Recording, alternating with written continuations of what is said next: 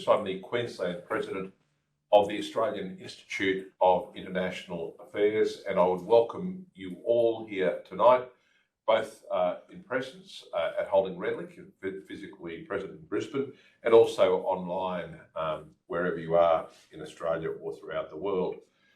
Before we go any further, it's very important that I acknowledge the traditional owners of the land on which we meet today, the Ingram and the Turrbal people, and I pay my respects to their elders, past, present, and emerging, sovereignty never ceded. Before I introduce Kiri tonight, I would also like to acknowledge the recent passing of a former president of the state branch and national president of this organisation, Clive Hildebrand, AM. Clive became national president of the AIIA at a time where it was under some difficulty, and his legendary organising skills made a real difference to keeping the AIIA the preeminent international affairs body that it is. Clive, of course, was also extremely well known in Queensland, both in the mining sector and in the sugar and primary production sector, and later as a professional company director. And he made a very considerable contribution to this state, as well as his international contribution. And we certainly very much mourn his passing and provide our regrets and condolences to his family. But on to tonight's subject, empowering women as peace advocates against political violence. And I'll say a little bit more about our speaker in a second. But the establishment of the Bangsamoro Autonomous Region in Muslim Mindanao in 2019 was a watershed moment for the struggle for peace in Mindanao, southern Philippines. Women have played a key role in the peace process, and now with the creation of the Autonomous Region, have key positions as ministers in the Transition Authority, bureaucrats throughout the new government's ministries, and as civil society leaders. However, the gender challenges facing women across the region remain and continue to be exploited by violent armed groups to drive recruitment and female participation in armed conflict. Indeed, from the Maute Matriarchs to recruiters and mothers, women have played key roles in political violence across the region, both sides of the coin. Drawing on field research and her experience working in Mindanao, Kiri explores the gender dynamics of violent extremism and peace building across the Autonomous Region and the key challenges facing the region over the next 3 years of the transition extension. And of course, the parallels that will hold for many other parts of the world. Dr. Kiri Ingram is a postdoctoral research fellow with the Australian Graduate School of Policing and Security at Charles Sturt University. Her research focuses on analysing gender dynamics of non-state politically motivated violent groups, propaganda and politico-military strategies. Her doctoral thesis analysed how and why Islamic State propaganda constructs and manipulates gender to target and appeal to transnational audiences. As part of the Contemporary Threats to Australian Society Research Group, she is currently analysing the gender ideologies of right-wing extremist groups and the active roles women play in the extreme right. Pretty important to look at. Professionally, she is Director of Gender Programming and Reporting with the SCCB project, where she works as a practitioner developing and implementing gender-sensitive peace-building and countering violent extremist programs with civil society actors in Southeast Asian communities infiltrated by violent extremist groups. Her work is particularly focused on supporting the peace process in the Bangsamoro Autonomous Region that we have spoken about earlier. She has also supported program development in Raqqa, Syria, and her work aims to equip and empower local women to develop their own strategies to build meaningful peace in their local communities. In 2019, she was recognised and appointed as a Pacific Forum Young Leader, and in 2022 was recognised in the top 20 young Australian women to watch in international affairs. Pretty good. So I'll now hand over to Kiri for her contribution tonight. Thank you.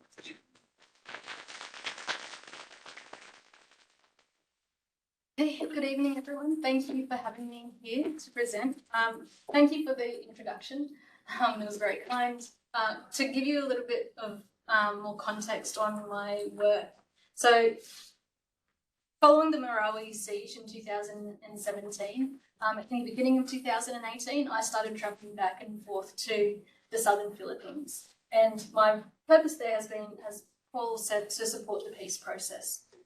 The focus of my efforts specifically have been working with local women and supporting local female-led local civil society to develop strategies to prevent and counter violent extremist influence. This has mostly been targeted towards pro-Islamic State group because unfortunately they are a prominent threat region. My scholarly research also analyses the gender dynamics of political violence, and as Paul mentioned, my thesis focused on analysing Islamic State propaganda. So over the next 30 to 40 minutes or so, I want to try to marry together my work in the Philippines with my scholarly research into Islamic State. And I'm trying to make the overarching argument that empowering local women is key to competing against violent extremist influence. But importantly, this requires a gender-sensitive approach to peace building and preventing and countering violent extremism. So there are 4 key areas that I think we need to understand in the context of women and political violence in the southern Philippines and implications for peace building. So I'm going to talk through these 4 areas tonight. The first is Islamic State propaganda strategies targeting women. Second is local grassroots recruitment strategies targeting women. Third is women's roles in these pro-Islamic State groups. And then finally are the unique gendered impacts of terrorism and insurgency.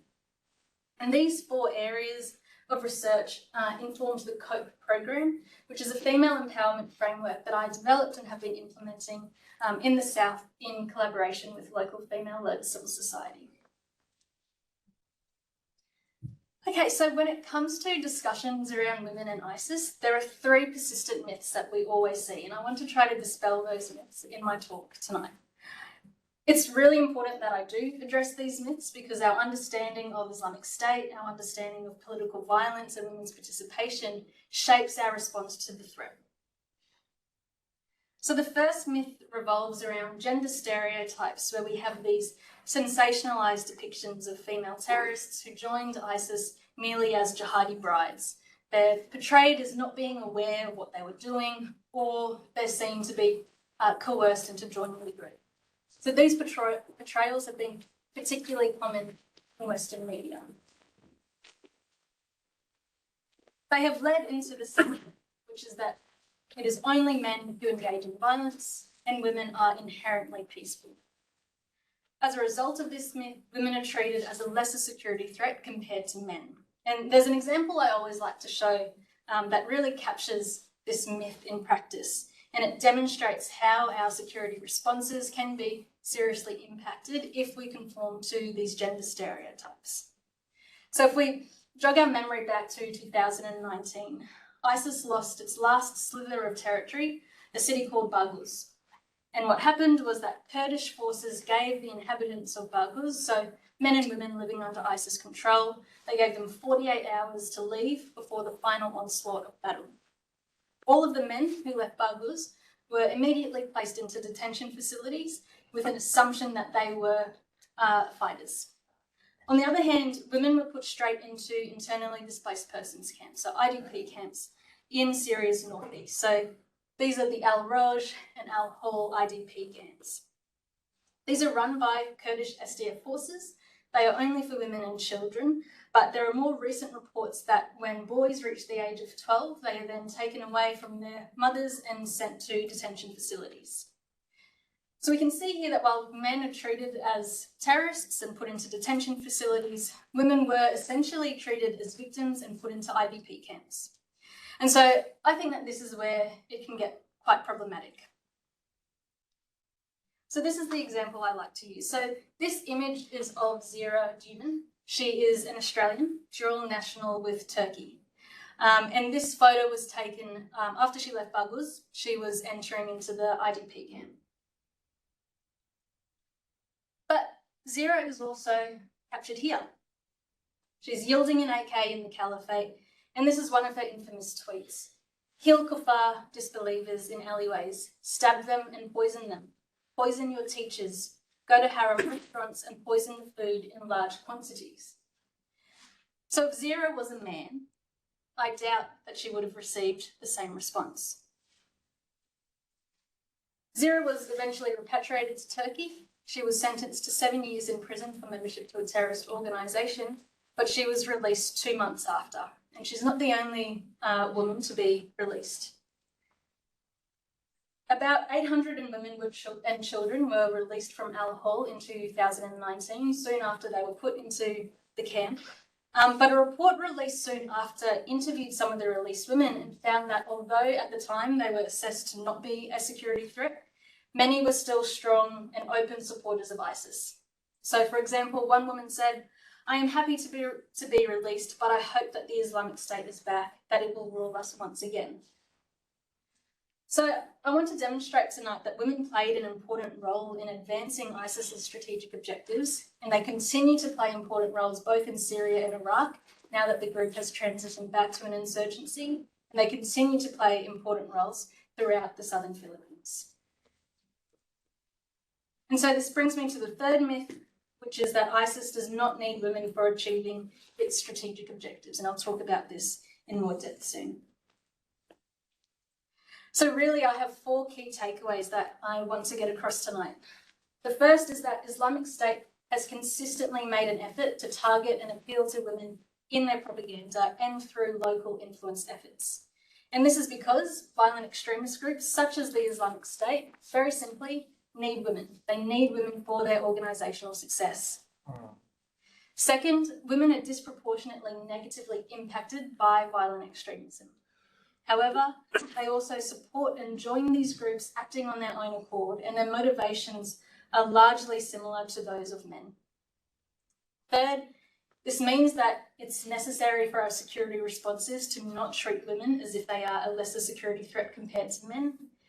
And finally, it's extremely important that our peacebuilding and our PCVE, or preventing and countering violent extremism, not only targets women, but they centralise women as agents who play an important role in preventing this violence. So these 4 key takeaways have an overarching similarity, and that is that we need to address the broader contextual conditions which cause gender inequality and female disempowerment, and this will be key to preventing women from supporting and joining these local groups. So as I said, I'm focusing on Islamic State and the southern Philippines, so I just want to set the scene a little bit on both of these areas, starting with the southern Philippines. So unfortunately, war and conflict have had a constant presence in Mindanao for the last 400 years, and the Moro insurgency has been ongoing since the 1960s. It's been characterised by a struggle of autonomy, cycles of violence, displacement, peace agreements, and the rise of violent extremism. The Marawi siege in 2017 really reignited commitment to achieving sustainable peace. The most recent efforts resulted in the BARMM, the Bangsamoro Autonomous Region of Muslim Mindanao, and the BTA, the Bangsamoro Transition Authority. So this happened in 2019, and the BTA is responsible for the 2-track peace process. And so this consists of the politico-legal track, with the objective of transitioning the BARMM to its first democratic elections, which will be in May 2025. And secondly, the normalisation track, and this is focused on disarmament, demobilisation, and rehabilitation of former guerrilla fighters. So these objectives are massive. It is a huge task. And they are also surrounded by a range of other social, cultural, economic and political issues that are critical vulnerabilities that need to be addressed by the BTA, or they risk being exploited by violent extremists and anti-democratic actors. So, for example, slow progress in the reconstruction of Marawi City continues to be a major source of grievance. Clan feuds can lead to violence, displacement, recruitment of child soldiers and sexual exploitation. Decades of conflict, natural disaster, all compounded by COVID, has led to devastation in infrastructure, displaced populations, drained resources, and of course, unfortunately, a rise in gendered harms. So there are high levels of uncertainty, insecurity, and violence and hardship that has led to trauma amongst the population. And Australia, I think, has a very important role to play in supporting the Philippines and the BTA's transition to democracy, particularly within the context of major power competition in the region. The area, of course, also has a long history with colonisation, so we have to also manage and acknowledge the colonial legacy that is still felt. Looking more specifically at women in the Islamic State, women have always been important to Islamic State, and they are present throughout its development in Iraq, Syria, and transnationally. In the group's nascent period, Islamic State's predecessor, Al-Qaeda in Iraq, which was under the leadership of this man here, Abu Musab al-Zarqawi, he encouraged women to take on traditional roles as mothers and wives. And this was in the 1990s. So Islamic State's history does not begin in 2014. In the early 2000s, when the survival of Al-Qaeda in Iraq became threatened with the war in Iraq, Zarqawi then began to encourage women to take up arms as suicide bombers. If we fast forward almost one decade, Islamic State declared a caliphate on the 29th of June 2014, and it was estimated by October that year that 550 Western women had performed hijrah or emigration to Islamic State. We also have multiple instances of women carrying out or attempting Islamic State-inspired or directed attacks. These are just a few. Tashfin Alik, San Bernardino. 3 operations by an all-female cell in France was intercepted in 2016. 3 women stabbed a police officer in Kenya in 2016. Hermina Shoma was convicted of a stabbing in Australia in 2018. 3 families conducted suicide operations in Surabaya in 2018. 2 women conducted suicide attacks in churches in Jolo in 2020. In 2021, a husband and wife conducted a suicide attack in Makassar, Indonesia, and a woman was shot dead after opening fire at police in the headquarters in Jakarta.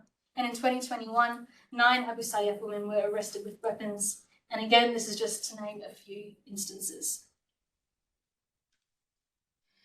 So looking at this first dynamic, Islamic State's propaganda strategies targeting women. So throughout my PhD, I analysed official Islamic State English language propaganda that was released from 2014 to 2019. So I was analysing propaganda that was released during Islamic State's strength, when it was governing populations and territory, to when it then transitioned to an insurgency when it lost its caliphate. So it's clear from my analysis that the group has made a concerted effort to target and recruit women. And this alone gives us some sort of indication that women are strategically valuable assets for Islamic State's objectives. My findings show that Islamic State propagandists identify fundamental drivers of support to be similar for both men and women. And it's because they use the same overarching strategy to appeal to both genders. So this overarching strategy aims to shape audience perceptions of the world, including conflict and actors, and mobilise support by transforming tacit supporters into active participants. And so Islamic State achieved this by drawing on rational choice appeals or cost-benefit considerations and identity choice factors, so things like a sense of belonging and a stable identity. So these rational choice appeals are cost-benefit considerations, and they aim to promote the group's own political, military, social and governance systems, while at the same time attacking and delegitimising those of their enemies. So this strategy aims to present life under Islamic State as the safer and the smarter option by promising audiences things like stability, security and better livelihoods, while at the same time trying to convince audiences that life under enemies' control is dangerous and unreliable. This set of appeals I have found is particularly important in local populations, and I'll talk about this soon in relation to Mindanao. To give you some examples, these images were taken from Islamic State's English language magazine. So here, providing healthcare in the Khilafah, making sure the markets are stocked with fresh produce, and visiting refugee camps.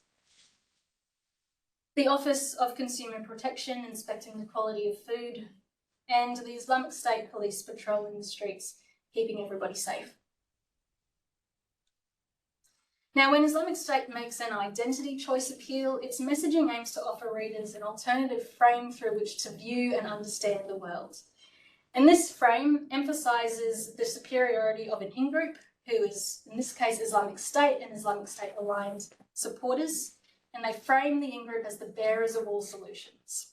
This is in contrast to the out-group, who is literally everybody else, and they are the cause of crisis. For example, this is from the first issue of Darbuk, released celebrating the establishment of the Caliphate in 2014, and clearly says the world has divided into two camps. Into two camps and two trenches with no third camp present, the camp of Islam and faith and the camp of kufar and hypocrisy. When specifically targeting female audiences, I found that Islamic State propaganda breaks down these in-group and out-group collective identities into individual gendered identities, and these are what I call the gender representations. So there are 5 female representations, and of the 5, supporter, mother, sister, wife, and fighter are members of the in-group, and they act as standards to be emulated. The corruptor represents women who are part of the out-group and are enemies of Islamic State, while the victim is women who are in need and worthy of being saved.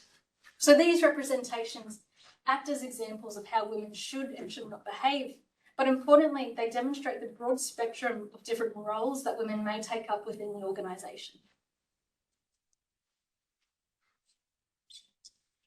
What's particularly important to note about the roles, about these representations is that the roles, the values and the behaviours which comprise those 3 in-group female representations are actions that directly benefit Islamic State's objectives. So, for example, we have supporter women who are portrayed as women who live outside of ISIS control, and so they must migrate in order to save themselves from crisis.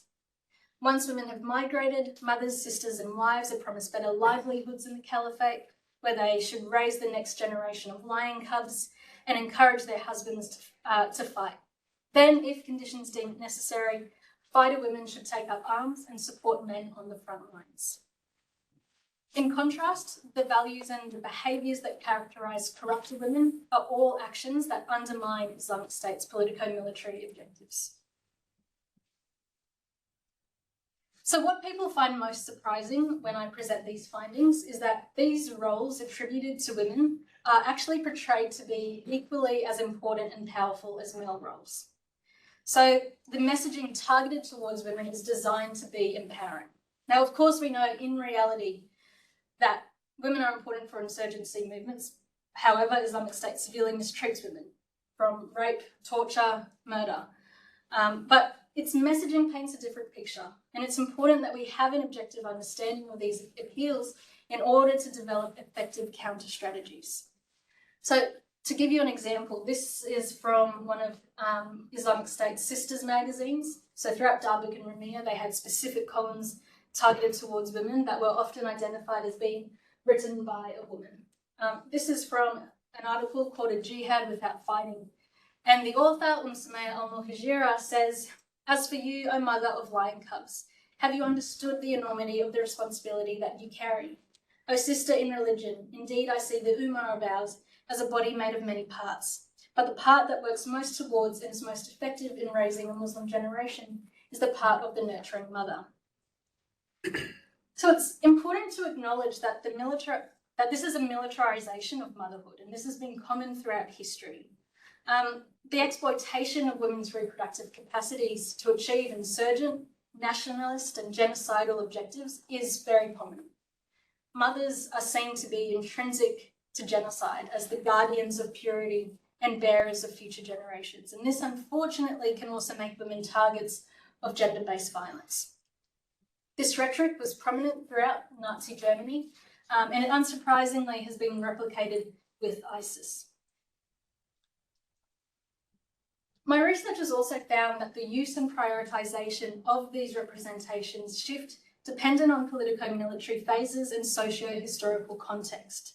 And if we think about it, this makes sense because the performances that comprise those in-group representations are roles which strategically benefit ISIS's politico-military objectives. So, for example, during one of Islamic State's greatest periods of strength from 2014 to about 2015, end of 2015, there was a big emphasis on rational choice appeals, and the supporter, followed by the mother-sister-wife, were the most common portrayal, calling on women to migrate to the caliphate. Unfortunately, during this period, we also saw quite a lot of propaganda advocating for the enslavement of Yazidi women and girls by Islamic State's women. In contrast, themes characterising Islamic State's messaging during weaker periods, so from 2016 onwards when it lost its territory and personnel, we saw identity choice appeals being emphasised, and this consisted of struggle, sacrifice, and the propaganda release targeted towards women actually became more frequent, and this included portraying women for the first time fighting on the front lines alongside men. And so this signals an important strategic logic behind the recruitment and use of women for the benefit of Islamic State's objectives. It also indicates that for Islamic State, simply being a mother is not as innocent and harmless as women such as Begum like to make out. In fact, when we analyse Islamic State recruitment strategies and appeals to women, while keeping in mind that Zarqawi was doing this from those early foundations of the group, women have always been praised, revered, and encouraged to use their roles as mothers to advance the group's objectives. Now, I want to emphasise that I'm not saying that all women or mothers should be treated as perpetrators. I don't want that to come across, but rather we need to move away from this false dichotomy where women are presented as either victims or as either these violent monsters, when in reality there is a range of violent and non-violent roles that women take within these organisations. So moving to our next dynamic, which is recruitment in local populations. The recurring feedback I receive is that Islamic State's local efforts in these areas played on the 5 female representations, but in locally nuanced ways. So across Mindanao, for example, poverty and stability were consistently described to me as factors that motivated women, often alongside with the influence of family members, to join the local ISIS group operating in their areas. So, for example, many interviewees highlighted how women were the instigating force that encouraged their family members to join the group with them. And their motivation was that they were seeking to improve their prospects through better livelihoods, stability, security, and belonging. In the lead up to the Marawi siege, for example, women were promised 30,000 to 40,000 pesos if they joined the group, and they were promised more money on top of that if they got their children to join or other members of the community. Local women in Mindanao also indicated that much of the recruitment occurred in isolated areas outside of Marawi City, where living conditions are poorer and recruiters have easier access to the population. And so the promises of elevated social standing and meaningful identities often appear to be at least a powerful allure as financial gain for these women. Indeed, many women told me that they were eager to join the local group because they were promised that they would have a say and they could take a stance on political issues that were important to them. But they also felt as if that by joining they could provide a better life, not just for themselves, but it would help their family and their broader community. So to offer a few quotes from women that I spoke to in my latest trip, one said, "We are not always heard, we are always silenced. Then peace spoilers say, this is your time to talk, this is your time to fight." Another woman said, "It's not just men seeking a legacy, women seek to leave a legacy too." And another said, "Women are considered the weakest in the household, to be dishwashers, wash clothes of our sons and fathers. All the household chores are given to women. By using our vulnerabilities, local recruiters give women false promises of empowerment. They promise women access to opportunities and say we can fight against gender inequality." A consistent theme in both the existing research and the responses of women during my trips to the southern Philippines is that violent extremist groups exploit pre-existing gender inequalities that are often locally nuanced. And they do this by offering women empowerment or at the very least relief from these gendered pressures. So, for example, when I've conducted focus group discussions, women spoke about the everyday insecurities that they feel need to be addressed in any peacebuilding or PCVE effort. These included things like not having the ability to talk outside of the home or within the home due to fear of violence. Many women discuss traumas associated with relationships and early childhood marriage, which is unfortunately, we see this quite a lot throughout the area, and we see that it increases during times of conflict. Based on conversations that I've had with women and young women in these areas, early marriage is a major cause of ongoing trauma. In fact, some women reflected on how they were motivated to join the local group because it was promised to them as a way out. So for many women, and unfortunately young girls as well, supporting violent extremist organisations is a means of exercising agency and taking political action to change their lives. Many of the reasons that motivate women to work together for peace are similar to the reasons for engaging in violence. However, we've seen throughout history that for women to support and engage in political violence, they tend to believe that they have few other alternatives and political avenues. So this suggests that women resort to acts of political violence as a source of empowerment, where they're looking for ways to acquire a sense of political agency, and they choose a means within the context that they believe allows them to do that. Now, of course, the notion that life under a pro-ISIS group or ISIS central in Syria and Iraq, the idea that that could be the safer and smarter option is really hard to understand. But when you look at the propaganda objectively, like I've tried to do tonight, and when you listen to the stories of gendered insecurities within these communities, you can start to understand how they feel as if it is the only option. And it's important to recognise that this decision-making is contingent upon locally nuanced political pressures and social expectations that are placed on women and girls in these areas. So what have their roles been? As part of these pragmatic appeals, recruiters in local communities promised women important roles in the insurgency, which were framed to be central to Islamic State's mission, but also central for the survival of not only the individual woman herself, but also her family and the community. So in the lead up to the Marawi siege, for example, women were recruited as snipers, and they said it was due to a belief that women can focus longer and have steadier hands.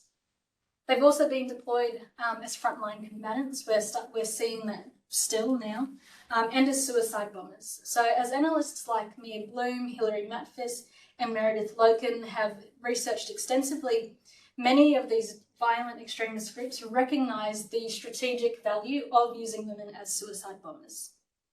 For example, due to the gender stereotypes that women are inherently peaceful, it's more likely for them to go undetected and avoid invasive security searches. On the other hand, if security forces are too aggressive in their checks of women, they can potentially aid Islamic State and other violent extremist propaganda by confirming and perpetuating the narrative that women are unjustly targeted and violated. Indeed, when I go through checkpoints throughout the southern Philippines, I don't get pat down and my bags aren't usually checked. If it is a woman who's working the security, it tends to be in an entrance to a shopping centre, then I'll be pat down, but otherwise out on the street, I don't think I have ever been checked. Another study also compared the lethality of female suicide bombers compared to men, and was found that women killed an average of 8.4 victims compared to an average of 5.3 if the attack was conducted by a man. It's also important to recognise the supportive roles that are integral to the operational success of Islamic State. So a study by the Council on Foreign Relations found that insurgency movements which seek to mobilise women are more likely to achieve certain organisational objectives and garner support for the recruitment. And this is in part because women's participation signals greater community support. It's seen to increase the legitimacy of the group. And as I just spoke about, it increases tactical effectiveness. In ISIS throughout Mindanao, women have played and continue to play important roles as fundraisers, recruiters, and propagandists.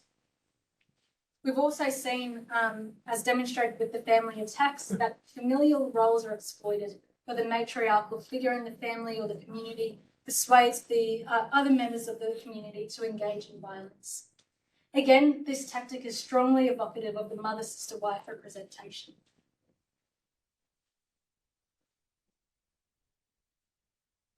And finally, the unique gendered impacts of violent extremism on women. So what longitudinal research of terrorism and insurgency has found, and this is further evidence in the feedback that I've received, is that violent extremist groups benefit strategically from both the subjugation of women as a result of the existing structures within society, but also as a result of acts committed by the violent extremist groups themselves. So women are subjected to systematic gender-based discrimination that perpetuates the broader social, political, and economic inequalities that women experience within their communities. For example, women become susceptible to sexual violence perpetrated by those who are supposed to protect them, such as in internally displaced persons camps and evacuation centres. Women escaping conflict zones consistently express a range of psychosocial insecurities resulting from ongoing and often multi-generational violence. And these feelings of hopelessness are exacerbated through cycles of displacement to evacuation centres and return to destroyed homes. Women and girls in IDP camps also suffer the brunt of protracted conflict with limited access to feminine hygiene, for example, and reproductive health resources. These traumas and insecurities unfortunately provide fertile ground for violent extremist influence. As I discussed earlier, groups like Islamic State exploit women's marginalisation by offering false promises of empowerment, as one of the women said. Yet, violent extremist groups also direct violence towards women as a means of driving instability into the community, sabotaging social cohesion, and widening those already existing gender disparities. And one of the main methods, unfortunately, we see this throughout history and across context, is through gender-based sexual violence, due to the devastating effects that it can have on not only the victim, but the broader family and community. A number of studies have demonstrated that because of women holding traditional roles in maintaining the family and community cohesion, mass sexual assault destroys the social fabric. And indeed, we've seen that rape is a deliberate strategy of ethnic cleansing and genocide because it inflicts symbolic damage to the target identity by delegitimising the state, but also humiliating men for failing to protect women. In interviews, women told me that the local pro-Islamic State group violently targets and recruits women first in an effort to destroy community cohesion. And because of this, women were actually the first to identify Islamic State's infiltration into the community. So these gendered impacts highlight that local women see and experience violent extremism differently from men, and often first. And so attaining long-lasting peace will be significantly different for women given these gender disparities. And so I think that this underscores the importance of harnessing local women's voices in peacebuilding and PCVE so that they have the opportunity to represent their own interests and address the needs and complexities of their own communities. So I'll conclude now by talking about practice. So what my experience indicates is that incorporating local female perspectives into peacebuilding strategies, prioritising their participation in decision-making, and implementing initiatives to empower women as peace advocates is crucial in safeguarding women and their communities from violent extremist influence and gendered violence. Now, of course, this is no easy task, and women in communities affected by violent extremism frequently indicate that they feel voiceless and they feel powerless.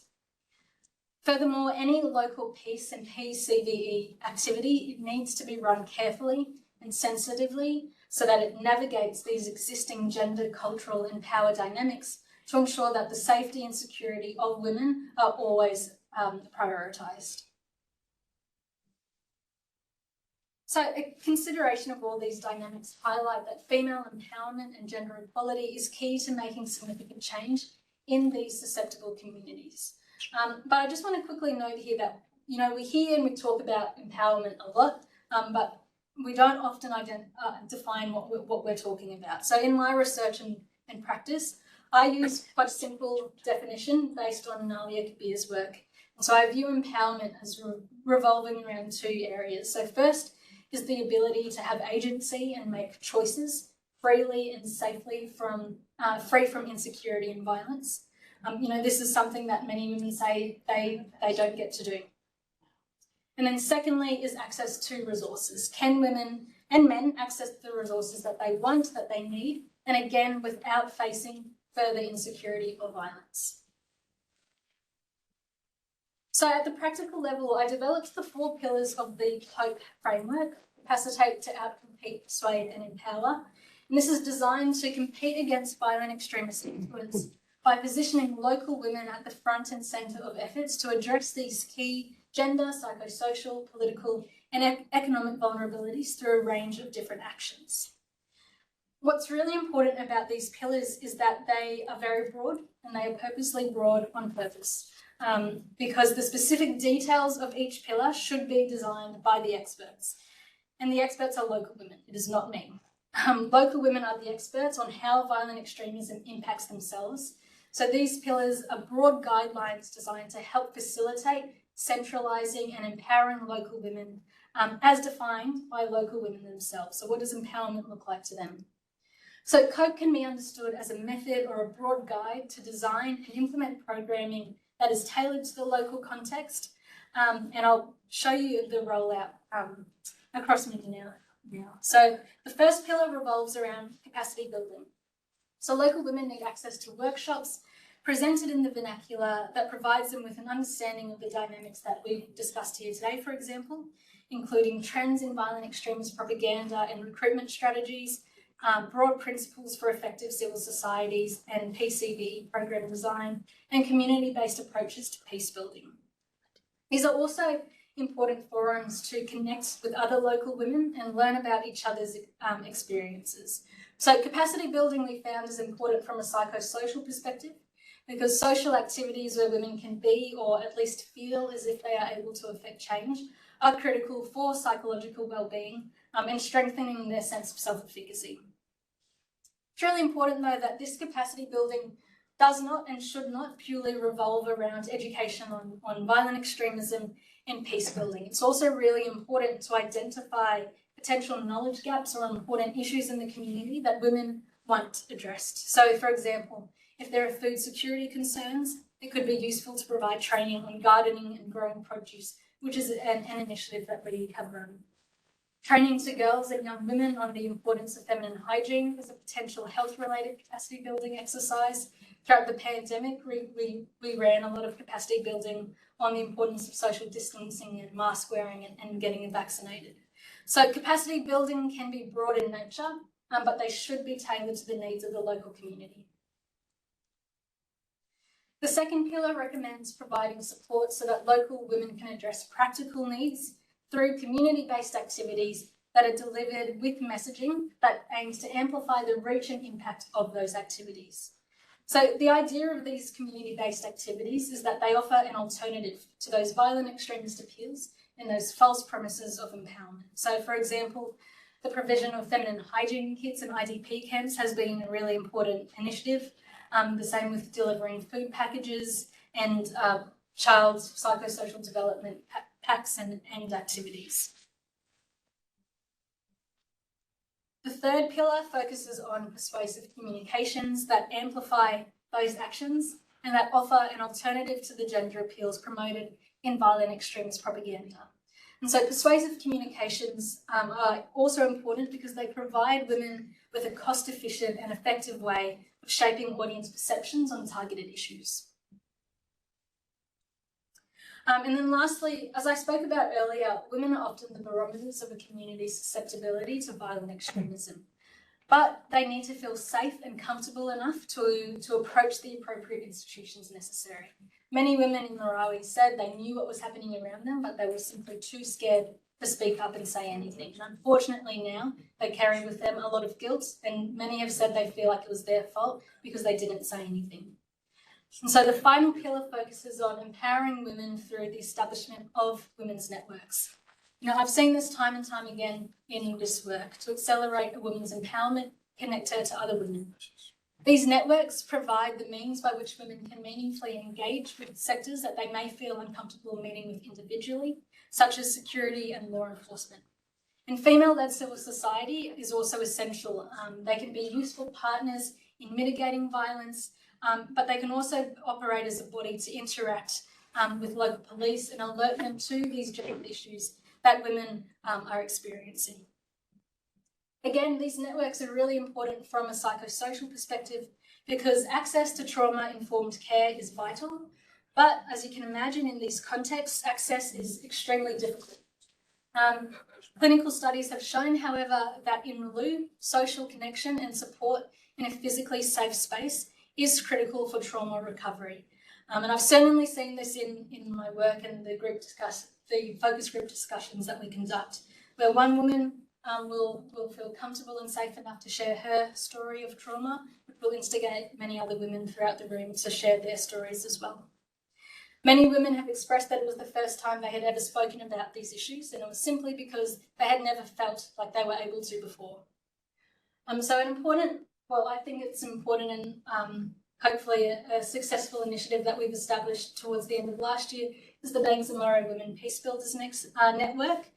So this aims to connect diverse local women together.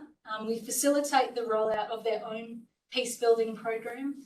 And hopefully by the end of the year, we'll have run a conference that brings together members of the EWPN with the BTA government as well as national government as well. But I'll leave it there. Thank you.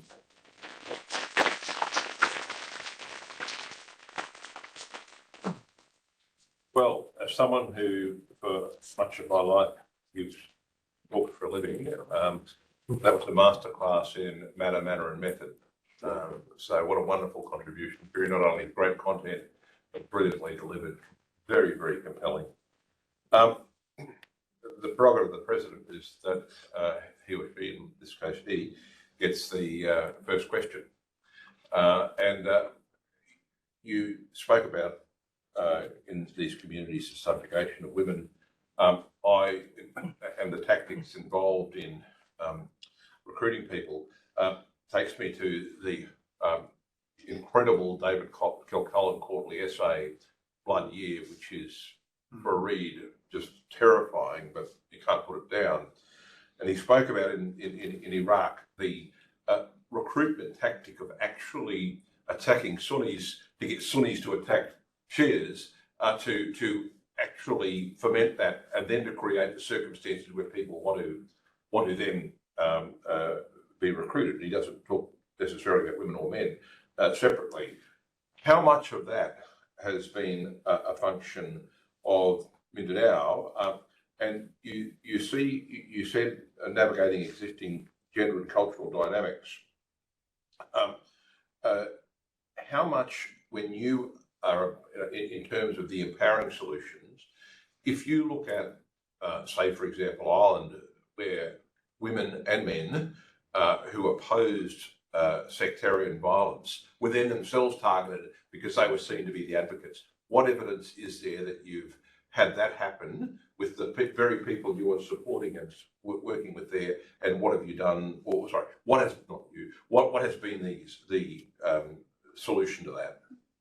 Yeah, great question. Thanks, Paul. So on the first point, Kilcullen's essay is excellent. I recommend you read it if you haven't already. But you see that dynamic. I think it's a cornerstone of insurgency. You absolutely see it across Mindanao. Omar Mohammed, who also known as Mosul I, who was reporting outside of Mosul when Islamic State took control. I like his phrase that summarizes this perfectly. He says that ISIS causes the chaos and settles the chaos. So you have the targeting in these contexts. You have the targeting of women, where women are also targeting each other. That's really important. It's not just male violent extremists who are targeting women violently or who are trying to recruit women. It is women targeting women. And that very much speaks to the local dynamics of the area. Women who can often become subject to violence if they are seen with men. They are seen walking out on their own. And so to address that, Islamic State, the pro-Islamic State groups use women to recruit and to direct violence towards them. And on the second point, I'm just struggling with my memory, sorry. The directing the violence towards peace builders, yes, for want of a better word. Yeah. So yes, that happens, and it's something that we have to navigate. Absolutely. So, for example, with the BWPN initiative has been in the works since 2018. It has only been recently that we have tried to establish it because we are worried about the potential impact it could have on women. So one of the key initiatives of the BWPN is that it's essentially quite covert, but we also give women access to encrypted messaging where I and my colleagues within Mindanao and the local area can communicate security threats to women who are part of the network. So there are many ways in which we've tried to navigate these issues. Another issue that we've been dealing with recently over the last year or two since we've been able to travel again is that we're seeing women in Marawi going missing, and we don't know why, and it's not actively being investigated. Because of that, women are scared to come to the workshops because they worry that they're going to go missing too. So we now extend our days. We start at 4 a.m. We get a bus and we pick up every single woman who wants to attend the workshop, take them to the workshop, and then we take them home in the evening. You know, it may seem like a basic and a simple action, but it's the difference between women attending a capacity building and not attending. Or worse, it's the difference between a woman trying to attend a capacity building that we run and they get in trouble along the way. Okay, questions? Try a woman first. Any women? No? Sir? As I told you before, I'm from the Philippines, and I just got back 2 weeks ago on a holiday there after 30 years. And Philippines is progressively at a good standing at the moment. But I'm from the north, and all I've heard about the south is all those good resorts and Muslim secessionist movement, as we call it in the 70s. My question is specifically, are there government organizations or non-government organizations helping you to implement that? Yes. That's my question. Yes, Okay. there are. So we work very closely. We have since the beginning, so since 2018 when we started going in, it's been a long effort of establishing trust with non-governmental organisations, so civil society. We work very, very closely with civil society, and that has been our focus. But as we have built trust within the community, we have also tried to transition that to working with the security sector and the government. So, for example, an initiative that we've started to roll out in the last year or so after we've established our networks within the community is to partner with security sector to deliver aid. And the purpose of that is that we're trying to shape perceptions, fundamentally reshape mistrust so that the community develops trust towards these government institutions. So we do work closely now with both non-governmental and governmental. Hopefully the next MOP memorandum partnership we can establish will be with the various women's and youth commissions in the Bangsamoro. Next question. Sir? And then I'll take that lady there. We've got to be quick. Yes, you. We've got to be quick too because we'll run out of the clock's against us. So quick question, quick answer. Yeah. Thank you so much. I am Rod and I'm from the Bangsamoro and so interested with the research that you have done. I work in the Youth Commission in the Autonomous Region. So my question is in relation to the model of cope that you basically had recommended out of your research and all the things that you did in the Bangsamoro. So my question is, I have seen all of these efforts existing in the Bangsamoro for years. I've also been part of different initiatives.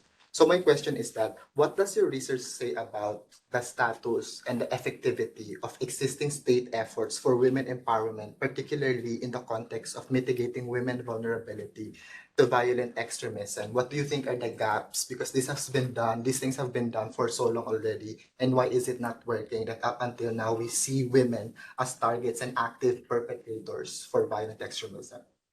So my short response is that I think the key gap is that we're not looking at who are the women who are being involved in this decision-making processes. So at the 3 centimetre grassroots level, consistently the feedback from local women is that they don't know about these efforts, and they're not feeling the impacts of it, but they also feel like they're being silenced and that they're not being heard in their needs. So I think the effort is about, the key gap is about accessing those communities that it's frankly dangerous to access, because we have to. For this to be effective, we need to be going into these areas, but it's been too dangerous to. Yes, hello. Thanks. Sorry. I'll speak up a little bit. Yeah, that was really fascinating. Thank you so much. I work on evidence and data to support gender equality policy, but domestically, so I have very little exposure to this kind of stuff. This is quite a naive question, I'm sorry, but I'm just wondering, in terms of how women actually get access, not access, but how they encounter these other networks that are set up by ISIS, like, how do recruiters kind of seek them out? Like you mentioned, they tend to go to regional areas where it's like less well off, less secure.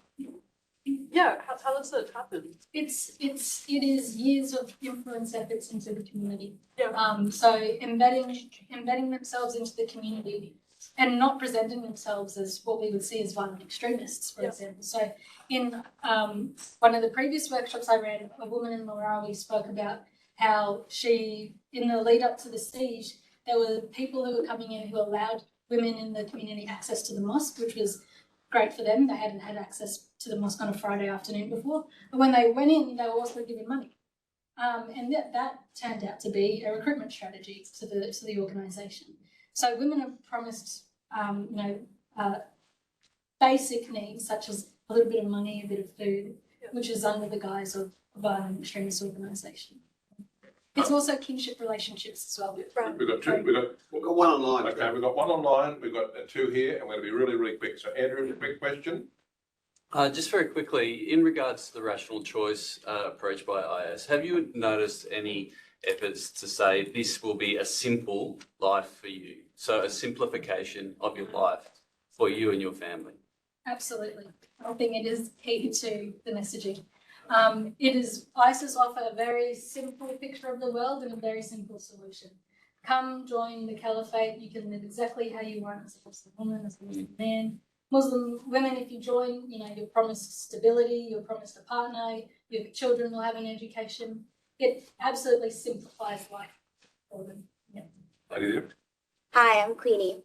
I'm from Mindanao, and I also just finished my field work from Bangsamoro a couple of months ago. So my question is, in your research and in the work that you're doing in Mindanao, have you noticed that there is this not only community level, but institutional pushback against the concept of preventing and countering violent extremism, that they see it as offensive, that they don't want to work in this particular area because of how it continues to villainize a lot of Muslim people in Mindanao? And if that is the case, how do you think can we engage women when there is that community level and institutional pushback against this concept? Yeah, absolutely. So you'll notice in one of the quotes the woman said peace spoiler. When I'm in Mindanao, I never say violent extremist. I never say violent extremism, because you're absolutely right, it is offensive, particularly when you have women and families who joined the local group not knowing the violent objectives of the organisation, but they joined because of these practical reasons. I think a development approach to peace building is the way we can address that. And I also think it's also just the smartest way to address violent extremism, a development approach to peace building and female empowerment. Last question online, David. Yes, it comes from Melissa Conley-Tyler, who's a former chief executive of AIIA nationally. She says, thanks for your presentation, Kiriloi. I'm joining from Armidale, where there's a large Yazidi population that was concerned about ISIS brides returning to Australia. Victims at least saw these women as significant actors and reported fear and concern about their return. What do you think of the ISIS brides coming back to Australia? Are they to be closely watched?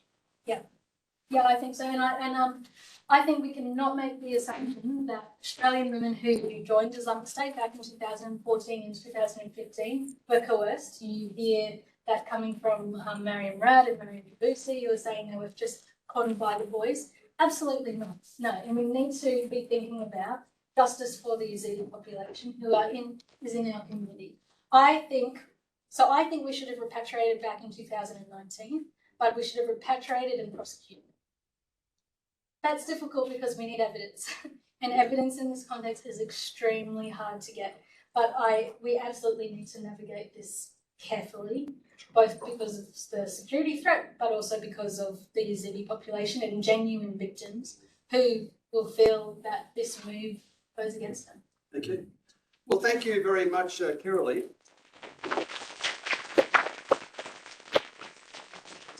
Was an amazing speech. Very sharp insights from your academic work and also your field work as well.